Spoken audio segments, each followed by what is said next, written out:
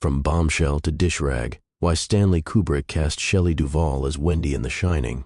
Ah, The Shining, a labyrinth of terror, snow, and deeply unsettling family dynamics. One of the most surprising creative choices in Stanley Kubrick's adaptation was casting Shelley Duvall as Wendy Torrance, a decision that Stephen King famously despised. Wendy in the novel was described as a blonde bombshell, a far cry from the timid, wide-eyed, and somewhat awkward portrayal by Duvall.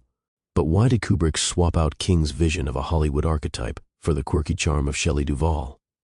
What does this change reveal about both creators, and perhaps about King's own unspoken fantasies? Let's dive in, because it's both hilarious and revealing. The Stephen King fantasy, Wendy as the bombshell. In King's novel, Wendy Torrance is described as a busty blonde beauty. Think 70s Playboy centerfold, but with a heart of gold and a willingness to stick it out with an alcoholic husband at a haunted hotel. It's no secret that King has a knack for writing idealized women who are often a mix of supportive partner and unattainable fantasy. But here's the kicker. Wendy as described in the book doesn't sound much like Tabitha King, Stephen's wife, who is neither a blonde nor a bombshell. So why did King create this version of Wendy? Let's speculate wildly, shall we? Mid-20th century male fantasy syndrome. King was a young rising writer when he penned The Shining. Perhaps his vision of Wendy as a buxom blonde was less about creating a believable character and more about indulging a culturally conditioned fantasy. Who wouldn't want to spend months snowed in with a supermodel? Ghosts be damned. A twist of guilt. Could Wendy's perfection have been King's way of compensating for any guilty thoughts about infidelity?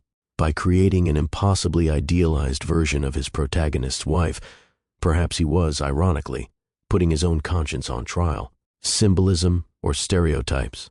A bombshell Wendy might have been meant to highlight Jack's insecurities.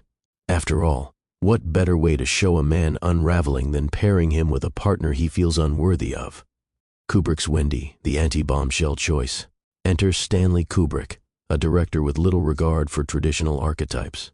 His Wendy is no sultry blonde goddess, but a fragile, anxious, and arguably goofy woman played by Shelley Duvall. This decision feels deliberate, even defiant, a rejection of King's idealized Wendy in favor of someone far more human and relatable. But why? The power of powerlessness. Duvall's Wendy embodies vulnerability, which heightens the horror. She isn't the confident, sexy partner King envisioned. She's a woman out of her depth, flailing as her world falls apart. A bombshell Wendy would have felt more capable, less scared, and therefore less effective as a character. Jack's madness feels bigger with Duvall's Wendy. Jack's rage and control issues loom larger. She's not the powerful partner who could match or defy him. She's someone he can intimidate, making his descent into violence even more terrifying. Kubrick's aesthetic contrarianism. Let's face it, Kubrick liked to mess with expectations. Casting Duvall was probably his way of saying, I'm not here to make a slasher film with a screaming blonde. I'm here to make art. Stephen King's criticism, the dish rag defense. King infamously criticized Kubrick's Wendy as a screaming dish rag, a comment that reveals more about him than it does about Duvall's performance. In King's mind, Wendy should have been a stronger counterpoint to Jack, a blonde bombshell with backbone.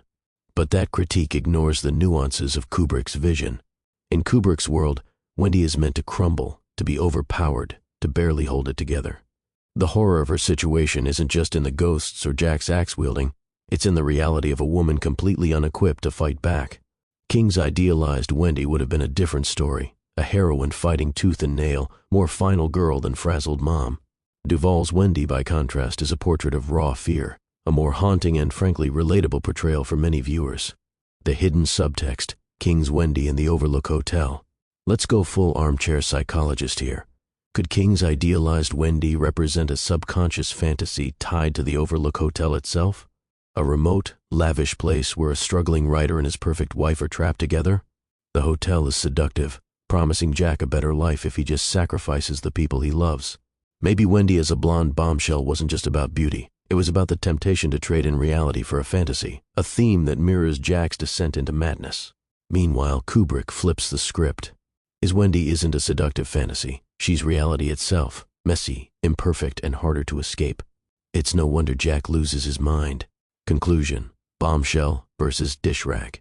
Stephen King may have dreamed of a blonde bombshell battling ghosts in The Shining, but Stanley Kubrick knew better. By casting Shelley Duvall, he created a Wendy who was raw, real, and yes, messy. This wasn't a glamorous horror story. It was a nightmare grounded in human frailty. So, why did King write his Wendy as a busty blonde? Maybe he was indulging a fantasy. Or maybe he was just trying to create a character that made Jack's failure seem more pathetic. But Kubrick's Wendy reminds us that real horror doesn't come from ghosts or ghouls. It comes from watching someone who's barely hanging on face unimaginable terror. Because it was possible, it was necessary, Kubrick gave us Shelley Duvall's Wendy, a dish rag with more grit, fear, and humanity than any bombshell could muster.